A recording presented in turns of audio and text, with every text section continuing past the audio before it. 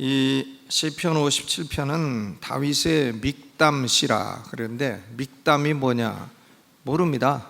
이게 뭐 악기인지 아니면 무슨 음률인지 몰라요. 악기라고 생각하고 싶은 사람은 악기라고 생각하시고, 운율이라고 생각하고 싶은 사람은 운율이라고 생각하세요. 근데 거기 보니까 영장으로 알다스헷에 맞춘 노래라. 그러니까 영장이니까, 영장은 뭐냐면 성가대 지휘자, 뮤직 디렉터입니다. 성가대 지휘자에게 이 노래를 공적으로 불러라, 공적으로 부르라고 지은 노래라는 의미입니다.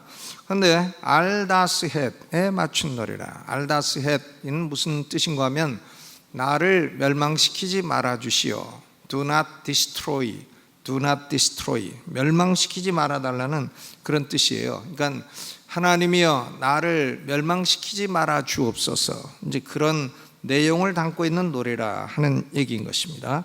다윗이 사울을 피하여 굴에 있던 때에 그랬습니다. 다윗이 이 사울 왕을 피해서 굴에 있었을 때에 동굴이 두 종류의 동굴이 있어요.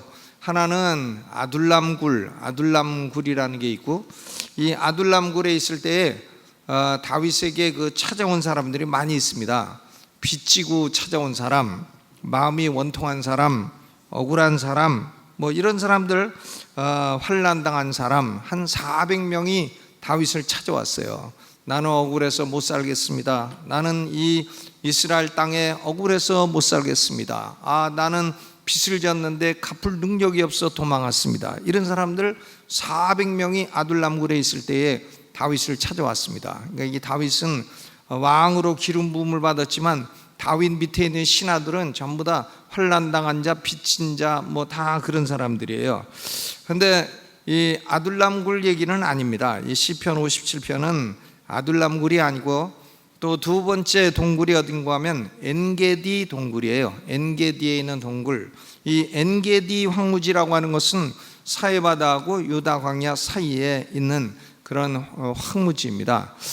여기 이 엔게디라고 하는 것은 그 황무지에 사는 염소같이 생긴 양 같기도 하고 염소 같기도 하고 하는 그 짐승을 의미하는데, 그런데 그 엔게디 황무지, 그 양들이 많이 살고 있는, 사냥들이 살고 있는 그런 황무지죠. 거기 이제 동굴이 있습니다. 이 동굴에 다윗이 지금 400명과 함께 거기 딱 피신해 있는 거예요. 그런데 처음에는 아둘람굴에 있을 때는 400명인데 이제 점점 또 더 붙어가지고 나중에는 이제 600명이 됩니다. 600명이 되는데, 다윗은 지금 그 동굴 속에 싹 들어가 있는데, 어떤 사람들이 다윗이 저 엔게디 동굴에 지금 숨어 있다, 일러 바쳤어요. 꼭꼭 일러 바치는 사람이 있어요. 그런데 일러 바쳐가지고는 사울 왕이 3,000명을 이끌고 다윗과 그 따르는 사람들을 잡으러 온 겁니다. 그런데 다윗이 이제 굴 큰 속에 싹 들어가 있는데, 사울 왕이 그 굴로 들어오는 겁니다. 사울 왕이 들어와요. 사울 왕이 왜 들어왔나? 바알을 가리우러 들어왔다. 바알을 가리운다는 말이 무슨 뜻인지 아시죠? 영어로 하면 Nature called him, 자연이 그를 불렀다, 이제 그런 뜻이에요. 그 뭔가 하면 이제 용변을 보러 들어오셨다, 그런 얘기예요. 그런데 만약에 거기서 다윗이 거기서 걸렸으면 어떻게 되겠어요? 여러분, 다윗이 그 동굴 속 안에 있다는 것을 딱 사울 왕이 알았으면 어떻게 됩니까? 그걸 뭐라 그래요? 도간에 든 쥐가 되는 거예요. 도간에 든 쥐 신세가 되는 거죠. 그 동굴 속에서 어디로 도망가겠어요? 무슨 뭐 땅굴 파는 기계가 있는 것도 아니고 그냥 꼼짝없이 다 죽는 거죠. 3,000명이 동굴 속으로 들이닥치면 400명, 500명, 600명이 어떻게 당해내겠어요? 그러니까 이건 완전히 죽을 위기, 생명의 위기가 된 것입니다. 도간에 든 쥐 같은 신세가 된 것이에요. 그런데 사울 왕은 바알을 가리우면서 다윗과 600명이 그 굴 속에 있는 걸 전혀 알지를 못해요. 심지어는 다윗이 와가지고 사울 왕의 옷자락을 살짝 베어갔어요. 칼로 베어가도 왔다 가는지도 몰라요. 왔다 가는지도. 그 왜 그렇게 됐을까? 왜 그렇게 많은 사람이 동굴 속에 있는데도 사울 왕은 보지도 못하고 듣지도 못하고 바알만 가리우다가 옷자락 잘리우고 그 동굴을 그냥 나가게 되었을까? 그 이유는 시편 57편 1절로 3절에서 찾아볼 수 있습니다. 다윗이 그 순간에 기도했기 때문이에요. 하나님이여 나를 긍휼히 여기시고 나를 긍휼히 여기소서. 내 영혼이 주께로 피하되 주의 날개 그늘 아래에서 이 재앙이 지나기까지 피하나이다. 그러니까 다윗이 그 순간에 어디에 피했다는 겁니까? 주님의 날개 그늘 아래 딱 피해 있으니까 주님이 날개로 딱 덮으셨어요. 굴 속에 있는 다윗과 그 추종자들 날개로 딱 덮으니까 사울 왕이 들어와도 눈이 떴어도 아무것도 못 보고 귀가 있어도 아무것도 못 듣고 거기 사람이 있는지도 모르고 그저 자기 급한 용무나 딱 보고 나가고 말았다. 옷이 잘리는지도 모르고 나가고 말았다 하는 얘기인 것입니다. 그러니까 주의 날개 그늘 아래서 이 재앙이 지나기까지 내가 피하리이다. 내가 지극히 높으신 하나님께 부르짖으며 저가 하늘에서 보내사 나를 구원하실지라. 하늘에서 나를 구원하시는 구원을 하나님이 보내신다. 이런 기도였던 것입니다. 여러분, 우리는 이렇게 도간에 든 신세가 될 때에 생명이 위기에 있을 때, 생명의 위기 아닙니까? 이건 걸렸다 하면 죽는 거예요. 한 사람이라도 거기서 뭐 기침하고 재채기하면 그건 죽는 겁니다. 그런데 이 생명의 위기에 우리는 어떻게 해야 되나? 세 가지를 생각할 수 있어요. 첫째로는 우리 성도들은 생명의 위기가 와도 거할 곳이 있습니다. 거할 장소. 어디에 거하면 되겠습니까? 어디? 1절에 보니까 내 영혼이 주께 피하되 주의 날개 그늘 아래 이 재앙이 지나기까지 피하리이다. 그러니까 우리 성도들은 인생의 위기, 특별히 생명의 위기에는 피해야 할 곳이 있습니다. 그게 어디냐? 주의 날개 그늘 아래죠. 주의 날개 그늘 아래. 그러니까 이것은 주님을 어미새로 비유하고 있는 것입니다. 어미새는 날개를 딱 펴서 새끼 새들이 그 위험한 데 처하지 않도록 하고, 또 더우면 그늘도 제공하고, 추우면 또 따뜻함도 제공하고, 갖가지 위험에서 보호하고, 이 새끼 새의 입장에서는 어미새의 날개 그늘 아래만큼 편안하고 안전한 곳은 아마도 없을 것입니다. 저는 얼마 전에 한번 그 영상을 봤는데 중국에서 찍힌 거예요. 그 뭐냐면 새가 그 까치 새끼를 뱀이 잡아먹었어요. 뱀이 올라가지고 까치 새끼를 잡아먹었어요. 근데 까치 어미가 그 자기 새끼를 잡아먹은 뱀을 공중에서 날라가지고 탁 쏘고 또 날르고 탁 쏘고 또 날르고 10분을 계속 공중에서 쏘아가지고는 결국은 뱀의 목을 잘라버렸어. 야, 새가요 자기 새끼 잡아먹었다고 10분간 완전히 공군하고 육군하고 싸우는데 육군이 당해내지 못하더구만요. 이 새가 날아가서 부리로 목을 탁 쏘고 또 날아가서 목을 탁 쏘고 이래가지고는 뱀의 목이 잘라졌어.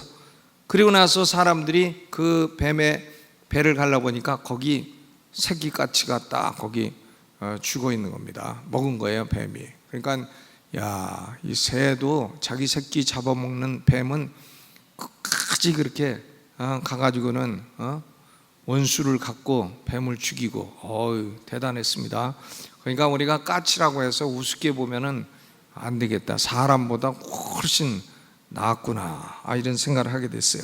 그러니까 여기 보니까 하나님의 품속을 뭐에 비유하나? 어미새의 날개 그늘 아래로 비유를 하고 있는 것입니다. 우리가 시편을 보게 되면 이 하나님의 날개 그늘 아래라고 하는 표현이 많이 나옵니다. 시편 17편 8절 나를 눈동자같이 지키시고 주의 날개 그늘 아래 감추어 주소서. 주의 날개 그늘 아래. 또 시편 36편 7절에도 하나님이여 주의 인자하시며 어찌 그리 보배로우신지요 인생이 주의 날개 그늘 아래 피하나이다. 우리 인간은 어디에 피해야 됩니까? 주의 날개 그늘 아래. 또 시편 91편 4절에도 저가 너를 그 깃으로 덮으시리니 내가 그 날개 아래 피하리로다 그랬어요. 그러니까 하나님이 성도의 위기 때에 가까이 계시고 바로 위에서 덮어주시고 또 주변을 둘러 지켜주신다고 하는 그런 의미인 것입니다.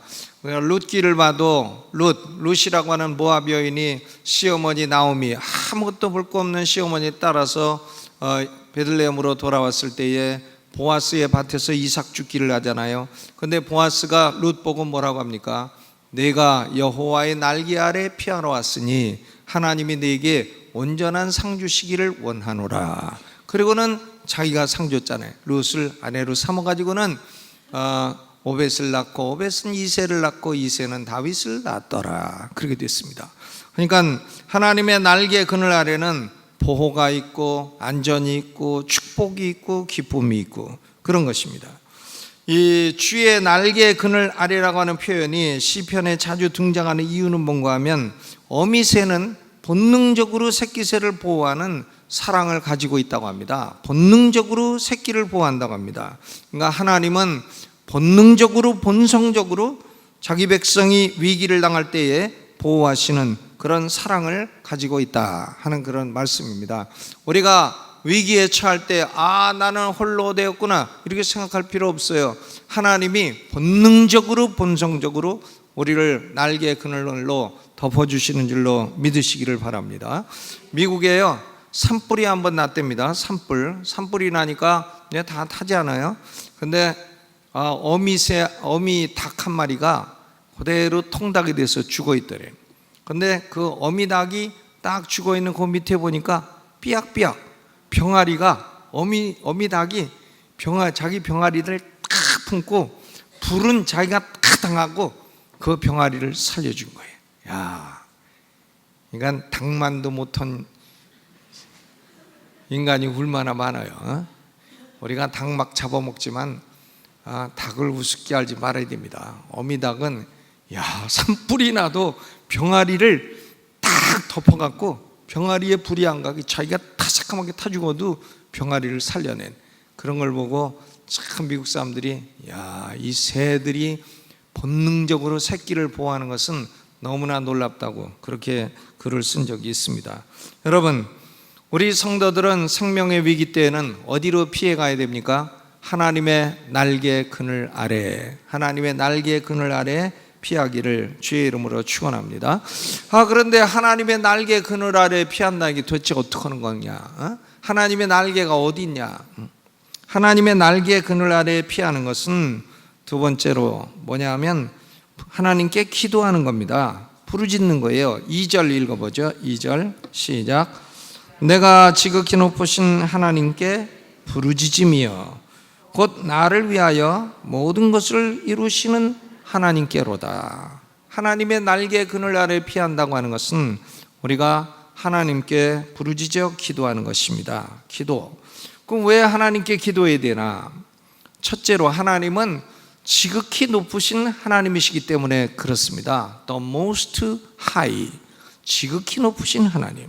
아무리 어려운 문제가 있어도요, 아무리 사울 왕이 권세가 강해도 하나님이 더 높아요. 지극히 높습니다. 하나님은 보좌에 앉으셔서 우리를 구원하기에 충분한 능력과 권세를 가지고 계신 분이에요. The most high, 지극히 높으신 여호와. 하나님이 어떤 분입니까? 가장 높으신 여호와입니다. 아무리 사람 중에 높은 사람이 많아도요, 하나님이 더 높습니다. 출애굽기 18장 11절에 모세의 장인 이드로가 모세의 장인 이드로는 미디안의 사람이잖아요. 미디안 사람, 그 유대인이 아닙니다.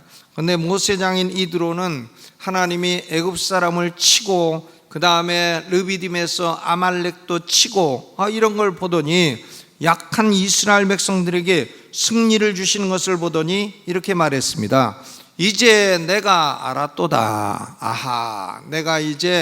내가 미디안 사람이고 유대인이 아니지만 내가 알았도다. 여호와는 모든 신보다 크심으로 이스라엘에게 교만히 행하는 그들을 이기셨도다. 여호와는 모든 신보다 크심으로 이스라엘에게 교만히 행하는 그들을 이기셨도다 그랬습니다. 그래서 이드로는 여호와 하나님께 번제와 희생제물을 가지고 제사를 드렸다 하는 얘기가 출애굽기 18장에 기록이 되어 있는 것입니다. 여러분, 하나님은 우리를 생명의 위기에서 구원할 만큼 충분한 능력을 갖고 있어요. sufficiency, 충분한 능력을 갖고 있습니다. 사람이 아무리 교만히 행해도 하나님은 여전히 그 사람보다 더 높아요. 사람이 아무리 교회를 핍박하고 성도를 핍박하고 하나님 백성을 죽이려 해도 하나님이 죽이려는 사람보다 더 높아요. 더 높기 때문에 그 사람이 죽일 수 없는 겁니다. 사울 왕이 높아도 하나님이 더 높아요. The most high, 지극히 높으신 여호와이십니다. 그런데 지극히 높으셔갖고 우리하고 아무 상관도 없으면 뭐 높으시나 마나 뭐 그게 우리하고 무슨 상관이 되겠어요. 그런데 2절 후반에 보니까 뭐라고 했어요? 2절 후반 읽어보죠. 시작. 곧 나를 위하여 모든 것을 이루시는 하나님께로다. 하나님은 지극히 높으실 뿐만이 아니라 나를 위하여, 남을 위해서가 아니라 나를 위하여, 또 한두 가지만 해주다 마는 게 아니에요. 모든 것을 또 시작은 하고 끝을 안 내시는 하나님이 아니에요. 다 이루시는 하나님이시로다. 나를 위하여 모든 것을 다 이루시도록 일하시는 하나님이시로다. 아멘. 아유, 얼마나 감사해요. efficiency, 하나님은 sufficient, 그리고 efficient, 우리를 도와주기에 충분하신 하나님이시며 또한 우리를 위해서 모든 것을 이루어 주시는 그런 하나님이신 것입니다. 얼마나 감사해요. 그러니까 우리는 주의 날개 그늘 아래서 어려울 때일수록 더욱 기도하면 하나님이 우리를 위해서 모든 것을 다 이루어 주실 줄로 믿습니다. 그러니까 기도할 때에 나를 위하여 모든 것을 이루어 주시는 지극히 높으신 하나님이여. 그러면 하나님이 야, 너 그거 어디서 알았냐? 그럼 시편 57편 2절입니다. 나를 위하여 모든 것을 이루어 주시는 지극히 높으신 하나님이 나의 하나님이고요. 그리고 내가 어려울 때에 가까이 계시며 날개 그늘로 덮어주시는 하나님이신 것입니다. 그러면 하나님이 날개 그늘로 나를 덮어주신다 하는 것은 구체적으로 무슨 의미인가? 3절을 읽어보죠. 3절 시작. 저가 하늘에서 보내사 나를 삼키려는 자의 비방에서 나를 구원하실지라. 하나님이 그 인자와 진리를 보내시리로다. 아멘. 그러니까요, 하나님이 도움을 보내시는 겁니다. 근데 도움을 보내실 때에 간접적으로 보내실 수도 있죠. 사람을 통해서 보낼 수 있습니다. 기도응답이나 도움을 보낼 수 있습니다. 그러나 지금 다윗이 엔게디 동굴에 갇혀 있는 상황은 누구 사람을 통해 도움을 줄 수 있는 상황이 아니에요. 이것은 하나님이 하늘로부터 직접 도움을 보내셔야 돼요. 직접. 그러니까 하나님이 천사를 보내가지고 이 사울 왕의 눈을 딱 막아야 되고 귀를 딱 막아야 됩니다. 천사 하나만 오면 다 막을 수 있어요. 하나님이 하늘에서 도움을 보내셔서 나를 구원하실지라. 그러니까 하나님이 하늘로부터 직접적인 도움을 보내신 것입니다. 그러니까 다윗이 가서 사울 왕 옷자락을 잡고 그걸 칼로 잘라도 이 사울이 그냥 끙끙 하느라고 그 눈치를 못 채고 그리고 옷자락 잘린 채로 있다가 나갔다 그런 얘기 아니겠습니까? 여러분, 하나님은 하늘에서 위기시에 부르짖는 성도들의 기도를 다 들으시고 다 보시고 그리고 간접적인 도움도 보내시지만 때로는 이처럼 직접적인 도움도 보내시는 줄로 믿으시기를 바랍니다. 진짜로 도움을 보내시죠. 인자와 진리를 하늘로부터 보내시도다. 어떤 유명한 청교도가요 이런 말을 했습니다. 성도가 기도를 하늘 위로 보내면 성도가 기도를 하늘 위로 보내면 하나님은 도움을 땅 아래로 보내신다. 성도가 기도를 하늘 위로 보내면 하나님은 도움을 땅 아래로 보내주신다. 아멘. 여러분, 기도는 참으로 수지 맞는 일이에요. 하나님의 도움을 땅 아래로 보내시게 하는 수지 맞는 일입니다. 그러니까 기도하는 거 힘들어. 기도는 노동이다. 이러고 너무 어려워하지 마시고, 기도는 하나님의 도우심을 땅으로 보내게 하는 그런 하나님의 날개 그늘 아래 거하는 우리의 행동인 것입니다.